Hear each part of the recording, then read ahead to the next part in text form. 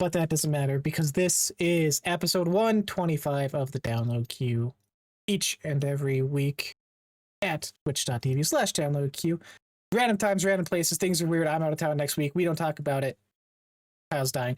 This episode, we're catching up on some news we missed. Bethesda is in a shakeup amidst the Xbox story that is currently happening, the Xbox saga that is currently happening.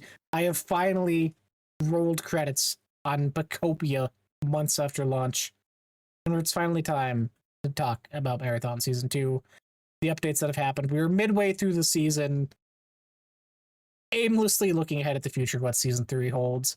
Before we get to that, Kyle, how are you doing, sir? Doing good. It's been a killer weekend. It's not as hot as it is over there. It's in the 90s in California, but somehow the Midwest is hotter. Crazy. All on fire. But been a lot of gaming. Still working on the Black Flag achievements. I don't know if I'm gonna be able to 100 complete it before like my month trial is up. I'm just doing the fleet missions to send them out to get furniture and art pieces so I can hang them up in my mansion. So that's what I'm doing right now. Log in, send my ships out, wait for the timer to go down, sometimes 15, sometimes 45 minutes, and then I just move on. So that's where I'm at with Black Flag. What a fantastic game. 70 hours. Crazy. Just stacking up time in that thing. But other than that, been pretty chill. How about you? I was going to ask you this week. Nothing to ask you this week. I was going to ask you because I saw you get on. I think it was yesterday, and you were still on Black Flag. And I went through your achievements. I was like, is he going for the hundo? Is he going for that nice, crisp, fancy new 100% little color fadeaway they do on your profile now? Yeah.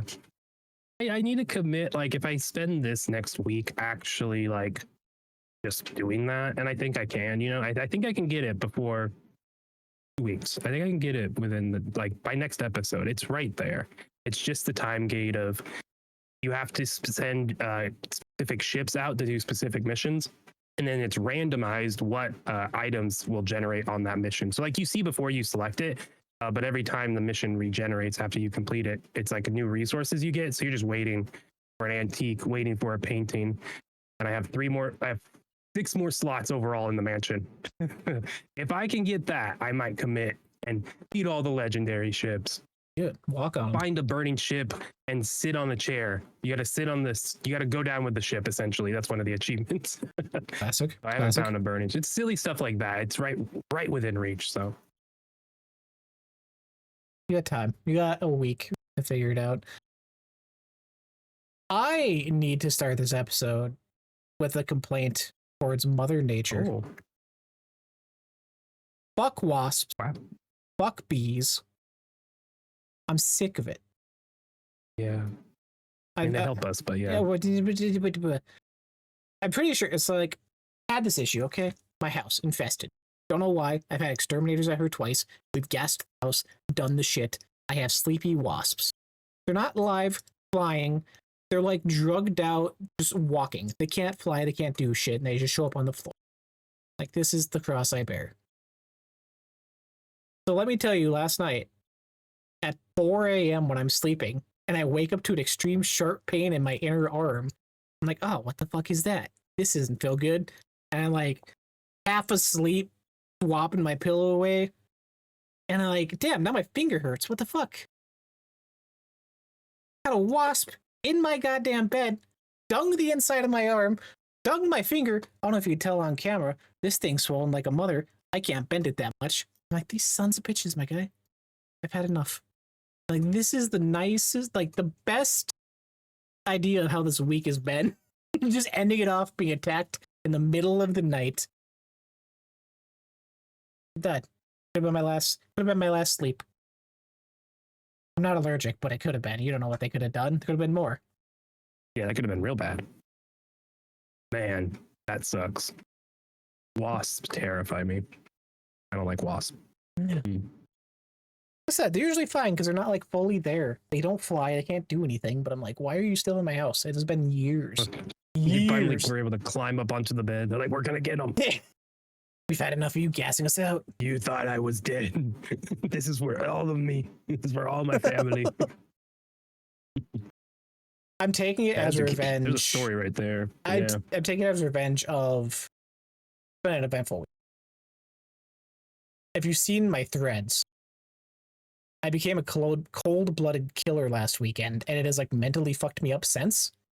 And I'm taking it as revenge from the earth of what I did. Because when I tell you, Kyle, last week Saturday, I'm outside mowing, doing my thing. Yeah, this is awful. Awful. I need to share it with the world to commit my crimes. This is my... What do they do in the church when you sins, whatever the hell? Doing my thing. Confession, thank you. I'm not that guy. Doing my thing, mowing. I was almost a pastor. I can take your confessions. Were you perfect? Even I better. can take your rights. Yeah. Yeah, I'm outside mowing, doing my thing. Hotter than shit. And I do my little turn. I flip around to go back up.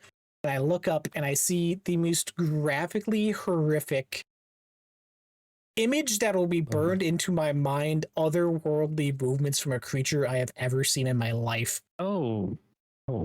Yeah, that makes sense because you did an awful thing. It did nothing.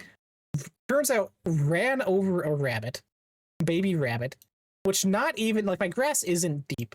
It was like, I have a stump in my front yard. It was like hanging out beside, and that's what was overgrown. And I'm like, oh no, immediate tears. Walked away from the mower, literally sobbing across the yard. Had Hannah come deal with this thing. She told me that I essentially like scalped the top half of its head off. I was like, no, absolutely not. I had to get rid of the evidence. And it went 4 days before I saw another rabbit in our backyard, which I have like 10. I have a whole family that lives back there, and I've just betrayed their trust. I've ruined. They were mourning, yeah. Exactly. And it was still Thursday till I saw the first one back. I'm like, oh, you know what I did. I understand if you want to leave my house. Well, Obsidian, if you're looking for more updates for Grounded, Bunnies. idea 1. Animal Lawnmower that scalps animals near you. Like Animal Farm? What is it? Pet Cemetery? That's crazy. That'd be a wild that Halloween stuff happens, update. you know, it's life, right? That happens, but man, that sucks. It's good. It's been a rough 2 weeks for me over here, but that's fine. I'm going for SummerSlam next weekend, so we will not be here. But Kyle, I like how this was 2 weeks ago and you still made us relive it. I need it lives in my mind. I'll be sitting on the couch and it just pops in my head of like how that thing was moving.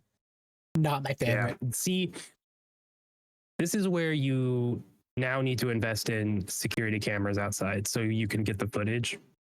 Not to see obviously the rabbit, but just to see like the moment and you just walk away, be like, oh no, there it is. It was rough. Yeah, because that's sad. That's awful.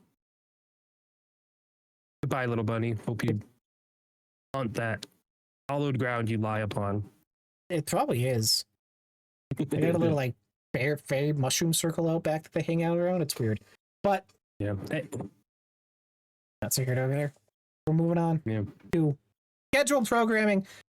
I want to start with this was, as mentioned, a part of the Xbox shakeup. Shortly after the fact, we had differing views on what all this means. But on July 17th is how long this has been. We got a note from Bethesda Game Studios, kind of just giving a red carpet rollout where the studio is at, how they are feeling after the layoffs, what was affected, where their plans are going forward. Bullet points include Starfield is continuing. Over 17 million players, logging almost 1 billion hours to date. They will be preparing to launch new Starborn content next year. More than 40% of players already customize their experience through creations and will continue investing in creators and giving players new ways to make Starfield their own. Future of Fallout has been talked about, which is one of the main points here. Fallout 76 will continue, millions of players. A major Fallout expansion planned for next year. Raven Rock, which is a prequel story to Fallout 3. It talks about Fallout 4 sales numbers, as well as the big announcements here. Fallout 5 is officially in development. Fallout 3 Remaster has officially been recognized and confirmed, as well as a Fallout New Vegas Remaster are on their way down the pipeline. And unless I'm reading it wrong, the way this reads, these announcements aren't counting the Obsidian Fallout. That is its own separate thing. So 4 Fallout projects coming to your consoles relatively soon in the near future, which has me both worried and excited. And then we got the follow-up confirmation for the 5th time that Elder Scrolls 6 is the next big project with Fallout, or yeah, Elder Scrolls 6, the next big project with Fallout 5 following after. Bethesda making moves. Dude, Starfield. Love to see it. Can't wait. Hanging on. New content. And yeah, the Starboard content, what is that? What is it? You know, I hope it's we'll see how story heavy it is, how much it changes the end game stuff, and if it has more meaningful stuff. But other than that, Starfield is great for what it is, and it leans heavily on creations, which is really cool. There's a whole orbital drop ship, or hell, like basically like you can call drop pods down with a mod. There's a whole fleet mod where you can, you know, get 5, 6 ships to fly around with you and do big space battles. There's just the amount of stuff that they can do, you could do as a creator with mods, and that is really cool. And that's what Starfield's built for. So we'll see what that is. I worry what it is, you know, because this is a lot of content overall. This is a lot of stuff. And to me, this sounds like, hey, look at what the studio's doing. Anyone want to support them, maybe? Anyone want to buy them? Look, we got a lot in. Look at all the people that are ready for our stuff. I don't know. It's a lot of hearing what we'd want to hear, what I'd want to hear. And that's the same thing Sarah Bond already did. And then everything got bad again. So I'm just like, all right, I mean, we'll see. Like you said, it's a lot of Fallout. And like, what is a Fallout 3 and New Vegas remaster? Have those already been working on? You know, so they're farther along, or are they, all right, let's get them out the door as fast as we can. So what is it going to be? A reskin? Like a remake? Like, I don't know, you know? So I just have more questions. It seems more, we got to let people know we're okay than like anything else, but we'll see. I mean, this is clearly Xbox coming in, Microsoft coming in saying you have to do things, right? I mean, Obsidian is getting a Fallout. That's not a part of this specifically. So I think I feel a little more like cautious about this all. But I would love another Fallout 5, or I would love Fallout 5. I would love that sooner than later. I can't get into Elder Scrolls. I try and I just can't. So I prefer a Fallout 5 over Elder Scrolls 6, but I don't know. I just don't think that's anytime soon. So very tricky position I feel in with this. I think there's more being said, obviously, than they're saying. Yeah. So to break it down, Fallout 3 Remaster is like the one I have the most faith in, because that was the other one that was part of the court documents before, right? Like when we got the when we got the first inklings of like the Oblivion remaster or remake, that was tied in with there, and they're supposed to be similar in release scale and scope of what they were, which obviously that's changed over time. I am assuming that it's the same studio who did those remasters for Oblivion is doing 3 in New Vegas. I don't think Bethesda would take that on in-house, especially with them having experience already doing it with Oblivion. Would make the most sense to me. New Vegas is the one I'm curious about, though, because that wasn't mentioned before, and that one feels more like shit, people kind of like New Vegas more than us. The TV show did really good with New Vegas, so let's put this out first. Or like, it's just weird of how you have both of those in the works. How are you going to stagnate the releases? Are you going to have one for Fallout Season 3? Do it that way and have one else just drop kind of early next year? Like, when do you scatter those about to have a shorter window between? Obsidian's Fallout would be the next main one after, because Elder Scrolls 6, then Fallout 5. But even then, like, realistically, we've seen the development time of Avowed. We've seen the development time of Outer Worlds.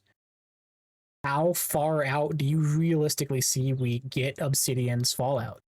Because to me, we're in 2026 now. That's a 2030 at the absolute ballpark earliest. Yeah, because I remember reading rumor Obsidian, they were working on sci-fi, something that was not Outer Worlds and wasn't Avowed. They were also working on Avowed sequel, but it was like a something different. So I feel like they were like kicking around ideas that wasn't Outer Worlds. That was very like they were basically like getting ready to make a Fallout, and now boom, here they're going. Not saying that they were always going to, but maybe they always were, and it just wasn't announced yet. I could see Obsidian going and making the remaster for New Vegas, a remake, and making it from the ground up with their new engine with Avowed and whatever they're doing with that, remaking a New Vegas and then going straight into New Vegas 2. So you get a remake and they can kind of add stuff and know they're going into their sequel next. Like that could be one way for them. We know Avowed 2 is on the back burner now, which is sad. I think, man, a sequel to that could have been what Assassin's Creed 2 did for Assassin's Creed, right? I think Avowed was great, but a little more, and you can really make this something special. So I'm really bummed that Avowed is getting pushed. But that makes me think maybe, do a quick remaster, get the engine up and running for Fallout New Vegas, and then boom, go run with New Vegas 2. The Avowed 2 stuff is, I don't want to say the biggest thing for me. Like, it sucks to see. They according to Bloomberg reports, they do have like a skeleton crew working on it still, but what that it's actually not dead in the water yet. turns into, or if it even does, that'd just be like, we have nothing else for you guys to do. You can keep working on this, which to get that Assassin's Creed to Assassin's Creed 2 jump, like you said, it needs more than bare minimum being put into it years on. Like, yeah. Interesting note, Fallout's 30th anniversary is next October 23rd, 2027. That gives them, it's also in Washington, D.C. They're not doing a Fallout Day direct this year. They're saving it for that for next year. So you'd assume, hey, there's your runway. You have a year and a half from this moment to get a Fallout 3 out the door. So maybe that's also what maybe it's all hands, get this good remaster out and go. But yeah, I don't think we'll see a new Fallout game until then, outside of 76 and such. Yeah. Which that makes that anniversary happening. If that's October, I could see, I don't know if they would push it that much. That would be a place to drop one of the remasters then, and then have the New Vegas or whatever for Fallout Season 3 whenever that launches. Because then, by then, that's looking 2028. You would assume they'd be getting ready to wrap up Elder Scrolls. And then they have their runway path for their releases for next gen at that point. If that happens still, that's all up in the air. None of this makes sense, and it's hard to even predict anymore. Yeah, well, I think Elder Scrolls 6 is a launch title and exclusive. Going to be on PC at the same time, so they're not losing as much money. I just think that is a Helix launch exclusive that you can also get on PC if you do Xbox PC. It might even be Xbox exclusive, not Steam. Like, they might cut that out for a little bit, but because like this Helix thing, I buy an Xbox game, I bought a First Light, I could play the PC version through Xbox, right? Like, yep, that's what they're doing. So yeah, I think Elder Scrolls is held until that console launch, because man, they're doing exclusives. That's the future we're going back to. The roll of the dice. I will say with this, something I'm kind of surprised by as far as like fan reaction, especially with how people are with PlayStation right now. I was expecting a lot more pushback from the vocal minority of this kind of being Xbox's first. You guys need to make this now. We're not doing the free reign development in your studios. Like, we're telling you now, this is what we're going to do. I think the messaging has been so positive outside of the layoffs, right? I think people, when you hear good stuff, I think people have goodwill. I think there's enough goodwill, whether it's justified or not. I don't think it's as justified as it is. I think people just are like, oh yeah, and you're hearing what you want to hear. More Fallout, awesome. That's what we want. For the people who want Starfield, awesome. Future Fallout, like, you're hearing what you want. I just think people are just drinking the copium a little bit on this because it's Bethesda, and you're kind of, they're not being held by Microsoft, where in fact they actually might be. But you know what? Like, if you get into it, like, sometimes having like bumper rails bowling helps you get a strike, Not saying Starfield was a butterball. That's bowling if that analogy fell through. I don't know. I hope with all this happening that on the back end of things, it's not also things need they're given dates of when the stuff needs done. Like I hope the stuff isn't rushed. Because the Fallout 5 being rushed out isn't going to land as much as people want a new Fallout to be here. You know, like Yeah. Not saying Starfield was a big failure, but like I feel there's gonna be a little more questioning and viewing from the outside of what the next big thing from them is, rather than the general, oh, it's Bethesda, it's going to be a great game type thing, you know? Like, some of that I'd needs to worry be more earned for back. Elder Scrolls, yeah. Yeah. I think Elder Scrolls might be suffering a little bit from what Starfield suffered from, was just scope. It's like, we can do this. We can let the players hold thousands of sandwiches on their spaceship. And that's just one little part of Starfield, right? It's like, you don't need to do all that. You could have scaled down a little bit, not endless planet. So I wonder what Skyrim, where Skyrim went too far. Because I think they went too big in one way and now they're trying to rescale it all. Fascinating. It's interesting to see what these games look like. What was learned from It'll be a Starfield, post you know? GTA, a post Fable world too, for like Elder Scrolls. Like, what is that open world gonna be? Because Starfield was bad in that regard, like being an open world game, like having things happen around you. It felt like a Westworld, you know, amusement park, very static, which is fine for what it is. But What's the GTA ain't that. No, that's the GTA, scale again. Like, it's not walking down the multiple street, planets. someone runs at you. Exactly. Fable. What's the right choice? Fable's the one I'll be looking at for that, of what they steal from. Because as far as like region scope and thematically setting, like that would be the closest, obviously. GTA can do its own thing. Like they have, it doesn't matter what they do, but Fable will be the one of what is that game plan sort of look like right now. It's been a while since The Witcher, even. Cyberpunk was its own entirely different thing. Like, we're getting Witcher 3 DLC before Elder Scrolls 6. I don't know if it'll come out before. Oh no, it will. That's crazy. I need to play that still. One day. Yeah, we should commit at some point together. I'm down. I tried too. I just gave up because I got pissed off at a boss. I was saying, and then we just had to push through and actually use like the oils on the swords. Apparently, you do that. You know that? No. Oh, your sword with stuff. Apparently. Anyways, that's another game. Another game. Yeah, Bethesda. Yeah, no, I'm intrigued to see what the next update is. With the Bethesda thing, I don't think we're going to be hearing much from them for a while. I don't think they'll have anything in the direct, like dev direct. So we might be, next year. Fallout 76, Elder Scrolls Online, totally different. They got gutted, so like who knows how they're going to be doing updates now. But yeah, we'll see. We'll see what comes next from them. You know, the Starborn stuff could be in the dev direct. That's a Starborn update for Starfield. That would make sense. That's the only thing. I think that's just like a 2 p.m. Twitter post. But don't do that. No, it's not. No, okay. If they do a good update, it's not. I think it's going to be a while. If they make it a good game, I think it's going to be a while before we hear from Bethesda again. Like, this feels like, as you said, it's like, hey, we want to be sold off and look at all these things we're doing.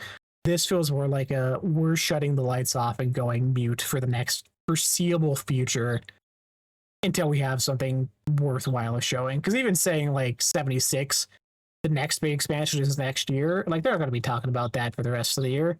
Like I feel they're going no TV dark. show. Yeah, no TV show, and there's no Fallout Day celebration this year. Yeah, they're going dark. Perfect dark. Bring that back for the 4th time. Gross. Yeah, Bethesda updates again. That's something. That was early mid-July now at this point, but something that we skipped, did not fit in run of show leading up to it, but definitely something to keep an eye on. Definitely something that I feel will show Xbox's cards going forward of what their release schedule looks like, where those games fit in as we look towards 2027. But for now, Kyle. Marathokopia is back months later. The game duo that rivaled the likes of Oppenheimer but didn't blow up on socials as it should have. I was like, yeah, did it do that? Should have been. Should have. Marathokopia returns. I just watched Oppenheimer last week. What a movie, man. For the first time? That's crazy that I haven't seen it yet. What a crazy that's crazy how good it is. And it's just watching some people make a bomb and screw him over about it. Yeah. And it was so damn entertaining. Like Christopher Nolan, dude, I'm so excited for the Odyssey. Next year. Yeah, next week I see that. It's 70 good. millimeter IMAX, dude. I'm so stoked. But It's good. Speaking of Oppenheimer, yeah, it's crazy, man. Watching explosions, like, why is this so good? Why am I so riveted? You missed out on like the theater experience of that, like the silence when shit happens, like when it goes off and like the silence just goes, the theater just goes like completely not a breath, packed theater, and you can't hear a thing, and just that like eerie second. Good, still good. Yeah, that would have been cool. Yeah, who would have thought? Anyways, Marathon and Pocopia. Marathokopia. Our Barbieheimer. Marathon season 2. Start Marathon. Halfway through season 2, looking for season 3 in September. We've gotten the mid-season update, including Vault Breaker, which is their solo group experience, PvE experience into Cryo Chamber in Archive. God. Cryo Archive. Cryo Archive. The cold place, the end game map with all the vaults and things to explore, puzzles to solve, whatever it is. Their attempt at getting players more familiar with that concept. I've ran a few, you've ran a few. How are we feeling with this update? Has it changed anything? Have they accomplished their mission of making people more familiar with Cryo? Okay, I think you're gonna got people to play the game because the answer's still That's no. not happening. No, it will. Maybe, I don't know. Yeah, I have taken a pretty big break from Marathon, really due to Black Flag. So it's been over a month. I've hopped into like a couple times. I've hopped in a couple times, played a round or two, but usually it ends in frustration and like understanding I have to put in a little more effort and time in this moment, and I didn't want to do in those times, right? I didn't want to play Marathon because I asked so much. So I was looking forward to this mode. Played a couple times.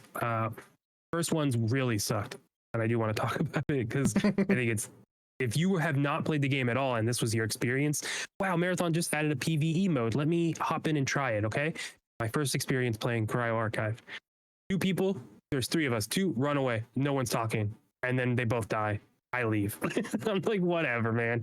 Second one, it's very similar. And then the one guy starts yelling at the other one because he's not following. And then they both start arguing with each other. And one says a slur multiple times. So I left. Perfect. And I'm like, damn, that is very unfortunate. I can't, that's not the game's fault. But I was like, man, if you were waiting for this mode and this was your experience, I don't know if you'd ever pick this game back up.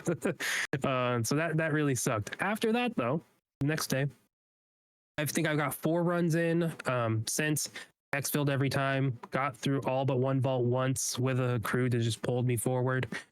It's really cool. The mode's really awesome. It is very straightforward. It honestly is kind of easy when you're aware of what's going on. Enemies are like, Marathon can be hard, right? If you don't have the gear, you don't have the shields, you don't have the stuff, like it can be hard and you can go down quickly. That's still there, but the stakes of having an enemy squad jump you at any point are gone. They're not there. It's just you and your trio in Cryo alone. And you're able just to go through and do stuff, and it works really well. It's not like the deepest progression. It doesn't provide a lot of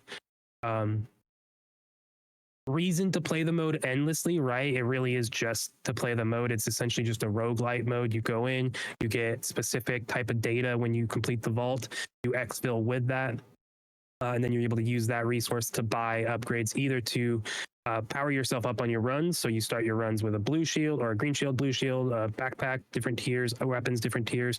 You're able to upgrade that just like a roguelite.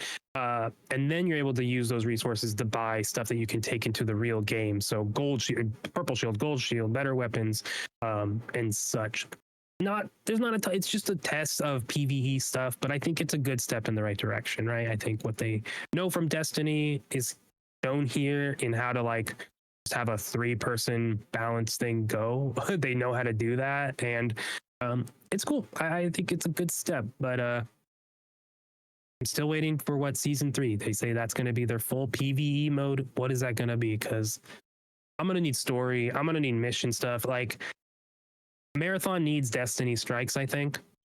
If you're going to move into the PvE realm, I think that's what it needs to be. It's probably going to be more horde mode. Like, right, you're going to have to stay on a point and just have things come at you, and then you'll be able to unlock a chest.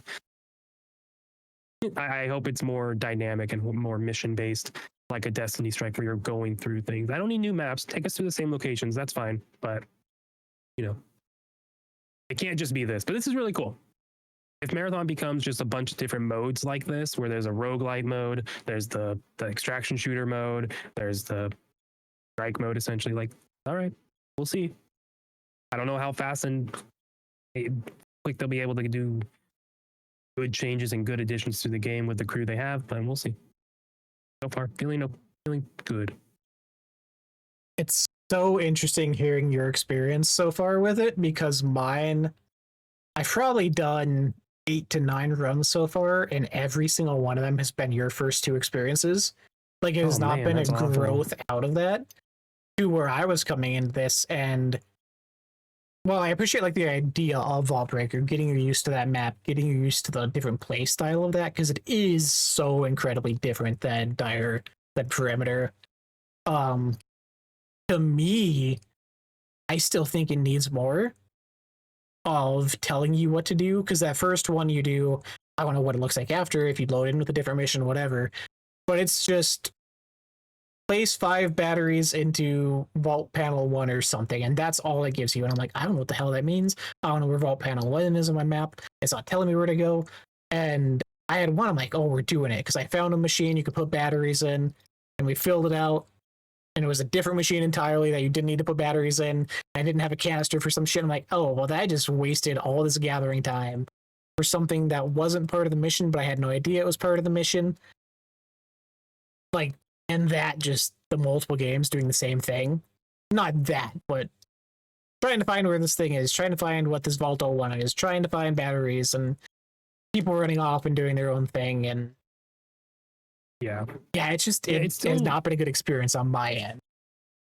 Yeah, I think it's smart that it still requires you to learn the map. It doesn't hold your hand just like the regular one does. I think that's smart in a way, but they still need to teach people. Like, I get it's the end game map, and I get how you get to where they got with that, but it's always been Bungie's issue to a degree, is the onboarding, the teaching. They just kind of struggle with that. And I think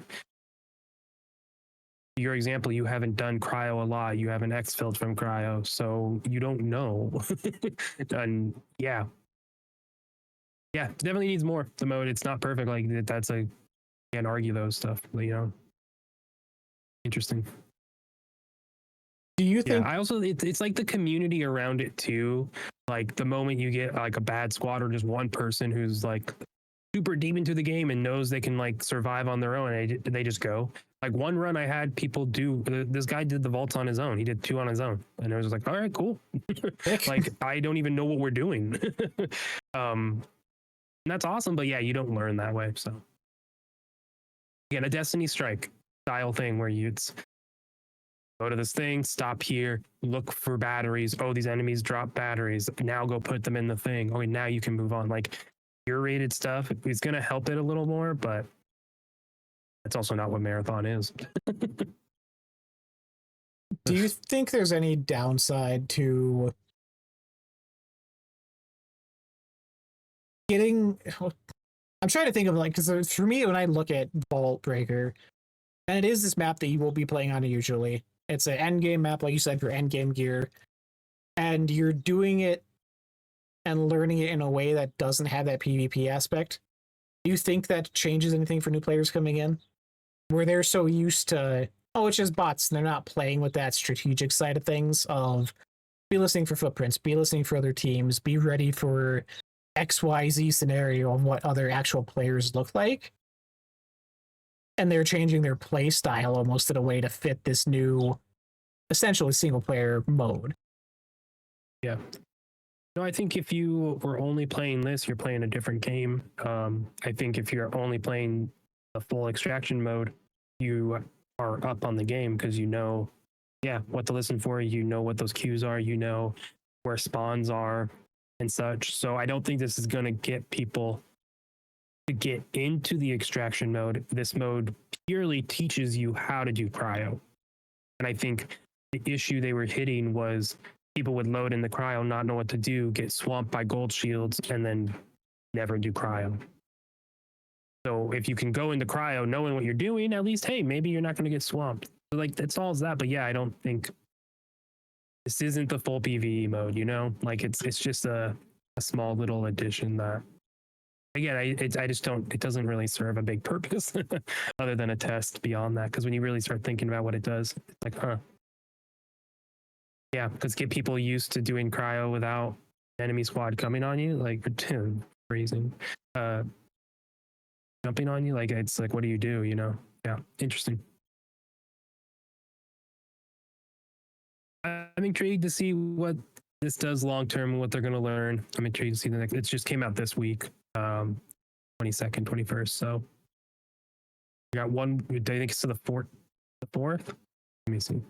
Not a long test. Yeah, I don't know, man. Oh yeah, August 4th. August 4th. Yeah, it's just they're in a spot where they just have to respond and not, or they're just reacting instead of like they just can't get ahead of it right now. So until then, it's just like, all right, we'll see. Put this out now, though. In season 3 coming out in September, what does season 3 need to have now? Because they're experimenting with PvE, they're experimenting with all these things. They did the changes with we need story updates. I'll let you finish. Sorry. Yeah, to change like iconography of pickups and your, what are they called? Your head, body, and feet implants. Like change Implants, those. yeah. Like so, there it's a lot of reactionary stuff. Now season 3 being a month, a little over a month out. Where do they go? What do they need? Yeah, I mean they're leaning fully into the PvE stuff, so it's just going to be how they implement that and how it advances the game and the story and the world forward. Because right now, I think it just feels like in game everything's stuck, but also like we know out in the studio, like everything's stuck. Like we just don't know where this game is going to be next year. I don't know. Will I have a full campaign that you can play solo? Maybe. Like maybe. I don't know.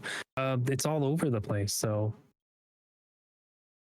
it needs to just have clear communication and just a clear like roadmap of where we're going now. Post Destiny 2 shutting down, post layoffs. What is this game? Because I think the core community also is like, this is cool, but what is it?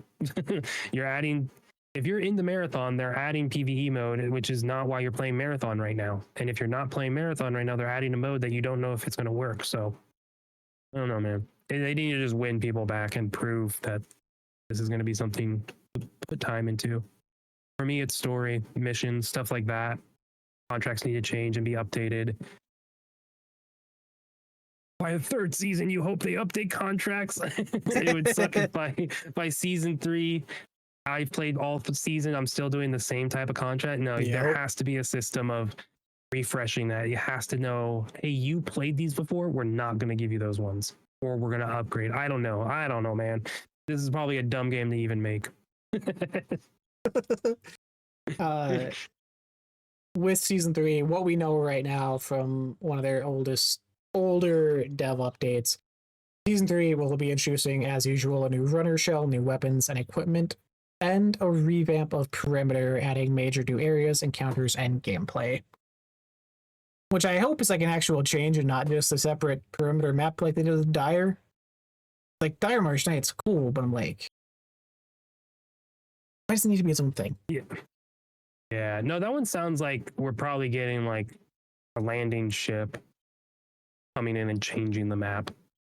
You know, there'll be a whole new item. There's a lot of open space in Perimeter that you can just plop something down big and change it. So it's what they need. You know, I'm thinking like when Idol arrived on Nessus and Destiny and you got Battlegrounds and that totally changed Nessus. Like that's what it needs to have. That's what needs to happen. You need to have like, whoa, this is totally different what I remember.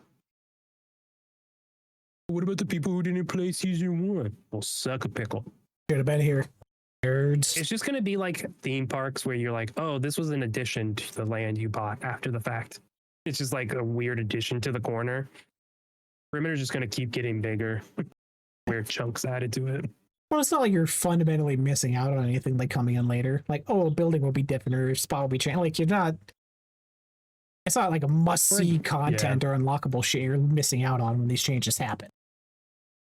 For a game like this, that's kind of the point. You know, like, oh yeah, the map was nothing, but after years of doing this, they added all this stuff in response. Like, that's cool. That's like part of the game lore, but I don't know if they'll ever get there. Weren't. Yeah, we'll hop into this mode at least once or twice, but I honestly don't really care that much about it. I'm waiting till end of season when it was really nice, because man, end of season 1 was so nice. People were so fun. They were just like, let's just go do stuff together. They were just giving me loot. So I'm gonna get back. I want to get there and then just grind out last couple contracts and such. I don't want one good extract. Like in an actual cryo game, I've yet to even see what that looks like or any like. We can do it. That's when I got my 2 cryo last season. Right at the end, people were just hanging out. See, my right at the end was just getting sniped across the map on Perimeter and Dire because everyone's. Yeah, but you also leave people. That doesn't change me getting sniped and JFK from the grassy knoll. Like me walking away doesn't change that. The game knows. You know if JFK was in Destiny? I did know that actually. And Bill Clinton's in Marathon. What? Yeah. Huh. You still have relations with that woman? Marathon Lewinsky. That sounds like I'm saying she was like putting on a marathon, you know? We're gonna get out of this segment. Get out of the segment to the second half of Marathokopia. Pokemon Pokopia. 4 months after launch, I have finally rolled credits. I have not even bothered to look at my hours because I just leave that game on nonstop because it needs it. But it's done. It's finished. It's in my backlog. It's done. It's on my backlog for completed games this year. And oh crap. 1 second. I'm pausing the show. Pausing the show. Okay. Moving. Marathon or Pokopia will finish off next week. Because I have an actual emergency I need to go into work on. Actually not next week. Kyle, you'll be gone. You'll be doing Destiny 2 with United We Nerd. Yeah, 12 p.m. Pacific time on their time, or on their channel. Talking Destiny 2. Yeah. Catch that out. United We Nerd. Destiny 2 wrap up where Bungie is as a studio. More Marathon talk probably, because that fits in there. Whatever. But we'll be back after that week, because I'll be at SummerSlam next weekend. Until then, happy gaming. Be good to each other. Stay safe. Bye. Weird ending to this one. I apologize, but work is wild. Work is work. Work is work. What's going on, everybody? Welcome back. It is post later in the day. Me. Weird ending to this episode. I'm on call for work. I had to leave immediately for an emergency. That's here nor there. I did want to come on and finish this episode though with my Marathokopia, with my Pokopia thoughts after rolling credits. Again, it's been 4 months after release, and I have had a weird up and down with this game, where at first it seemed like it was the new hotness, right?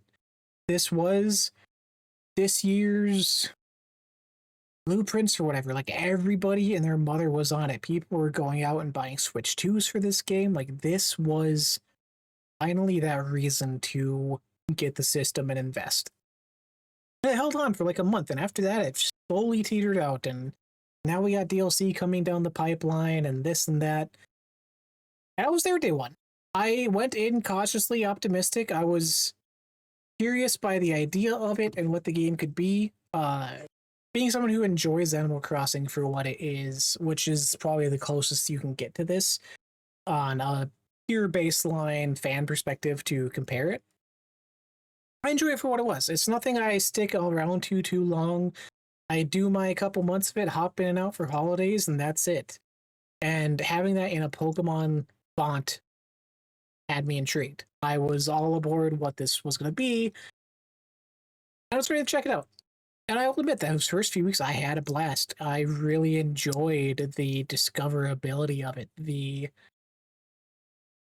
at first surface level relationships you have with Pokemon, going through and making their habitats. And what you're doing, your whole goal of Pokopia, let me rewind it back, is to bring Pokemon back. All the humans are gone. You wake up as a Ditto, no memory, no humans are here. You find a Tangrowth who is teaching you along the ways, teaching you the real world and how to bring Pokemon back. And you do that by building these habitats.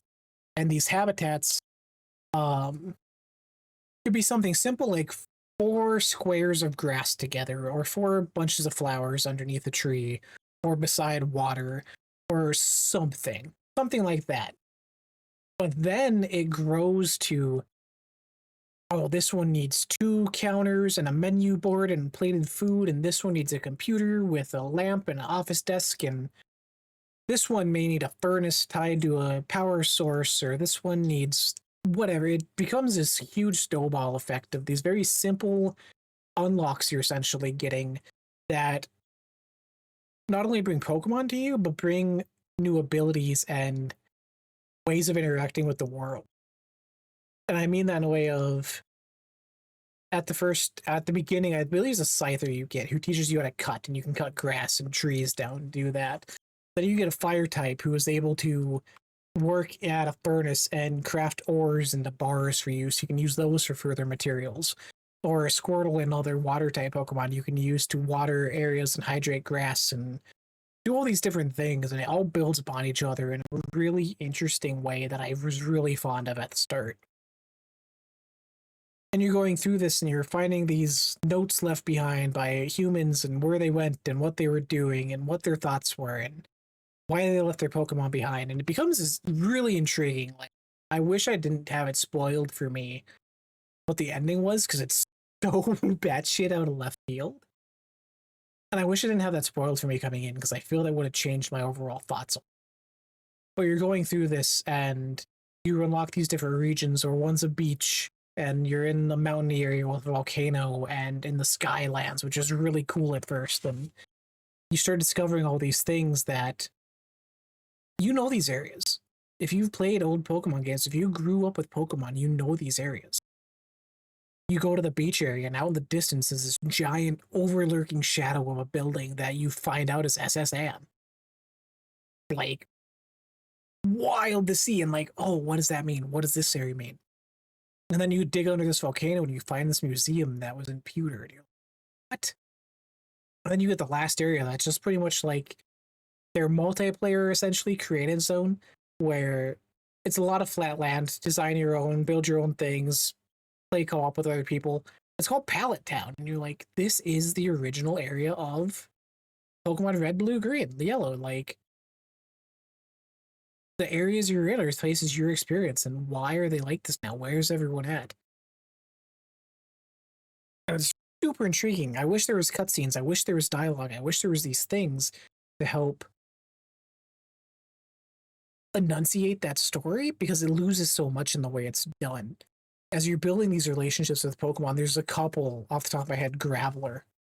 When you get Graveler and his little storyline you do to get his special move, touched me. I was like, this is really thoughtful and really well thought.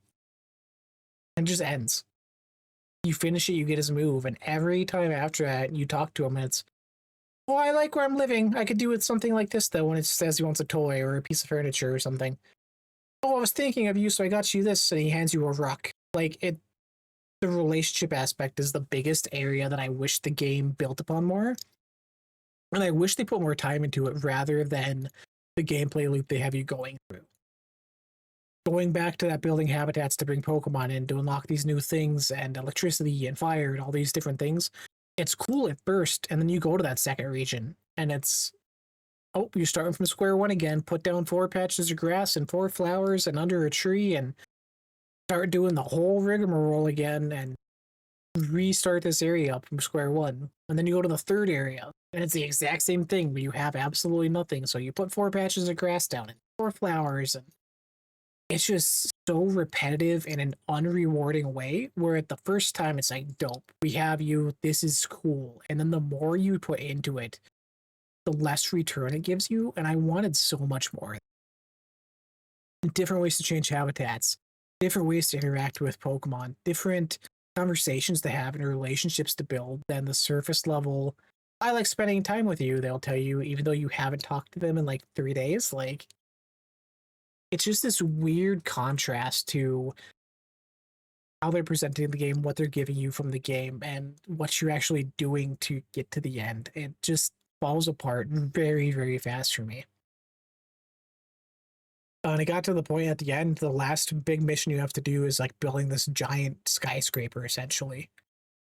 And I had so much backlog of stuff and items of just wandering and waiting on these things to be done that I was able to complete it almost entirely in one go because I had so much stuff built up, and I just didn't want to put time into building other buildings for no necessary reason for Pokemon to make them happier, but it doesn't change anything. Like, I don't know, it's just a weird disconnect from what they want you to do and the story they're trying to tell and what you're actually doing. I rolled credits and I beat it and I did this final thing. And you get the big reveal, which I'm going into spoilers here because it's cool from afar and when you first hear about it.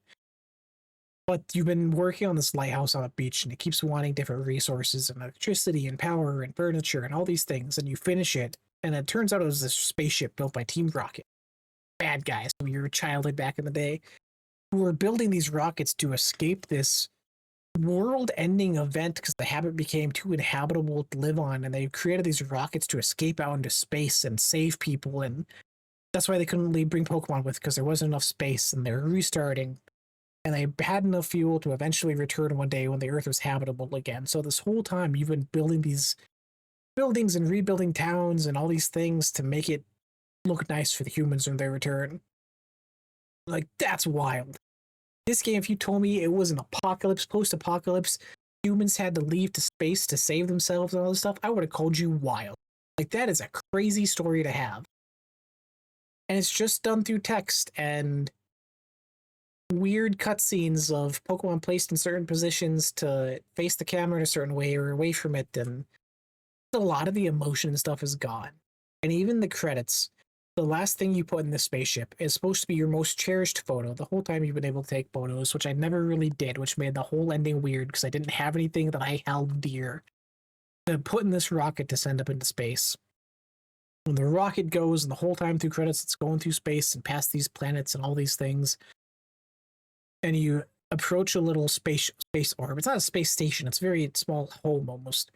And in the window of the space orb is a Ditto plant, which you would assume is your owner, your human. And they come out in their little spaceship, and open up the rocket and pull out the photo and see their Ditto. And this moment you send up into space. So the humans are still alive.